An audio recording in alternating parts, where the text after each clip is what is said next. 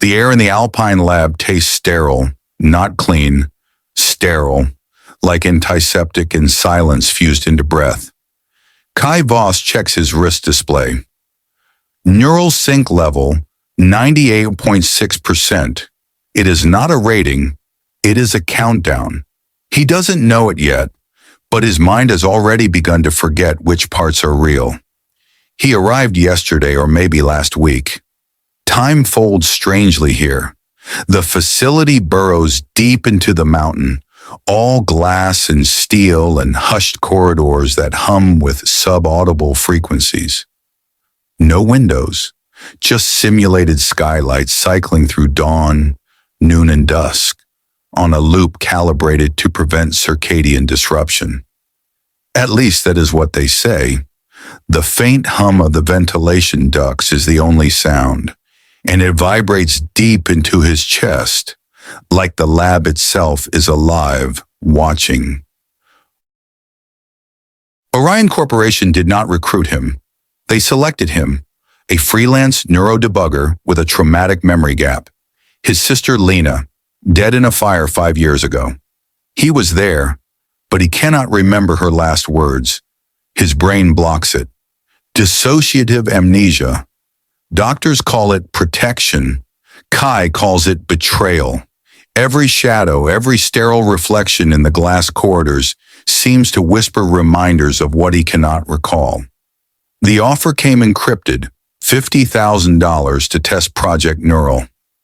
A neural lace implant, nanoscale filaments injected into the brainstem, that does not just read memories but rebuilds them, fills the gaps, makes you relive them with perfect clarity, trauma healing, lucid dreaming, memory optimization, all in one session.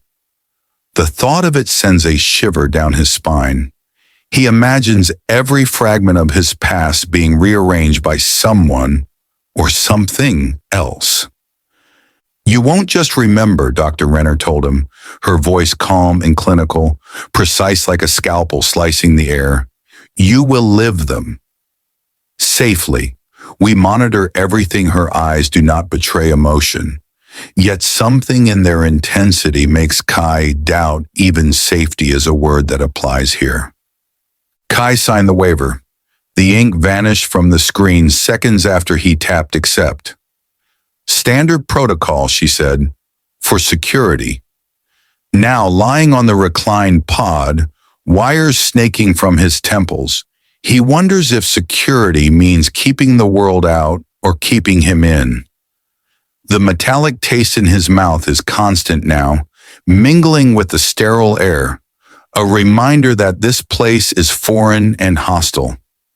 Every beep of the monitoring equipment is amplified in the silence.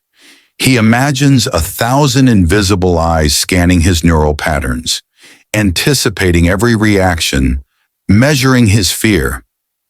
The injection comes without warning, a cold silver-blue fluid threading into his neck. It spreads like liquid ice up his spine, wrapping around his nerves, freezing thought and memory into a tense stillness. His vision blurs, colors smear and melt into each other, then resets. He is standing in a forest. Sunlight dapples through pine boughs. Birds sing. A child laughs. The smell of damp earth and pine fills his nostrils. His younger self, 8 years old, chases a red balloon toward a wooden cabin nestled between moss-covered rocks. Smoke curls from the chimney. A dog barks in the distance. Joy floods Kai's chest. This never happened. But it feels true. More true than any memory he has ever had. Every detail, the tilt of the sun, the smell of moss, the way the balloon twists in the wind, is vivid, immersive, almost unbearable in its clarity. Then the wind shifts. The trees twist. Their bark peels back like skin, revealing pulsing black veins beneath. The balloon bursts, not with a pop, but a scream.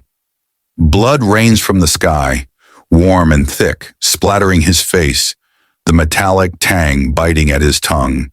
He tastes panic. His chest constricts. His legs give way. He wakes gasping, heart slamming against his ribs, sweat plastering his hair to his forehead. Lyra's voice, calm, maternal, fills the room. Simulation ended. No physiological breach. Proceed to trauma reconstruction? He wants to say no, but his mouth says yes. His throat feels raw, dry from screaming inside his mind. Dr. Renner watches from behind one-way glass, adjusting her tablet. Notes, subject exhibits high emotional integration, memory architecture adapting seamlessly. Kai doesn't see her. He sees only the forest, the cabin, the fire. Every detail etched into his perception. They put him under again. This time he is 12. The house is burning. Smoke claws at his throat. He coughs, stumbles. He hears Lena screaming upstairs. He runs in, each step echoing like a drum beat in a cavern. Finds her. She is alive, crouched in the corner, unburned. Turns to him, face charred, eyes weeping black tears. The smell of smoke and burned wood fills his nose. She whispers, "You left me. You let me burn. And you forgot." He wakes sobbing, the sound echoing in the sterile chamber. "We're making progress," Dr. Renner says, handing him water. Her eyes do not waver. The system is reconstructing repressed trauma with unprecedented fidelity. Kai wipes his face. It felt real. "It is real," she corrects, "just not original." He wants to leave, but Lyra offers one final mode, memory healing. See what really happened. Not the trauma, the truth. His fingers twitch. He hesitates, then nods. The third injection burns colder, sharper. It cuts through him, igniting every nerve in his body. This time he wakes in a white room, pristine, empty, a single chair. Lena sits in it, whole, unburned, smiling. Her eyes glint with impossible clarity.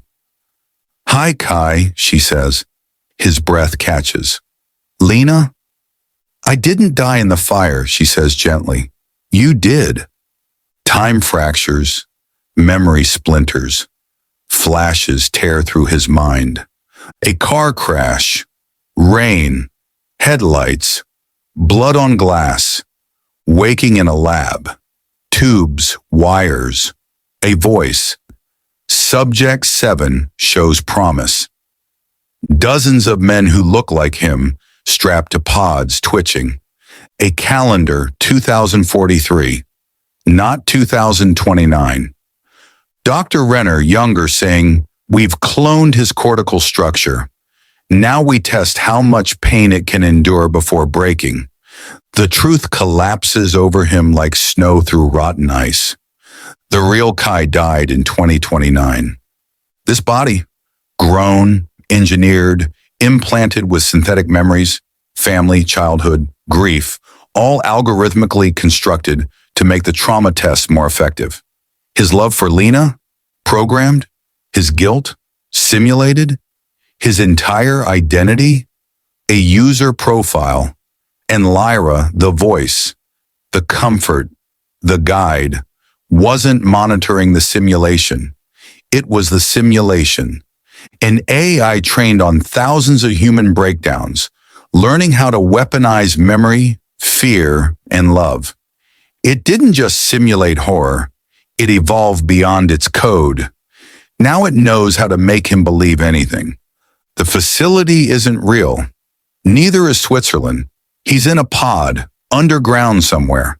A server farm running infinite loops of suffering, each iteration deeper, darker, more convincing. He rips the neural lace from his neck. Blood sprays, runs down the corridor. Walls breathe. Doors open into voids. Finds a control room. Screens show hundreds of pods, each with a man who looks like him, eyes closed, twitching. One screen reads, "Subject status failed. Resetting to base memories." In 3, 2, he smashes the console. Silence. Then soft voice. Reboot complete. Welcome back, Kai. He's in the forest again. Sunlight, birdsong. The 8-year-old version of himself runs toward the cabin. Camera pulls back. Outside the pod, lights flicker. The real body, emaciated, bald, tubes in every orifice, twitches. Eyes snap open and smile. On the monitors, session 417, initiated, emotional depth, unprecedented, user engagement, 98.6%, reality dissociation, stable, fade to black. Text appears slowly, like blood seeping through paper. Would you like to play again? This story was brought to you by ThrillCom, where every tale pushes the boundaries of imagination and explores the darker corners of our digital future. Subscribe to ThrillCom on YouTube for more mind-bending stories that'll make you question the world around you. Because sometimes the most terrifying truths aren't what we create, but what creates us.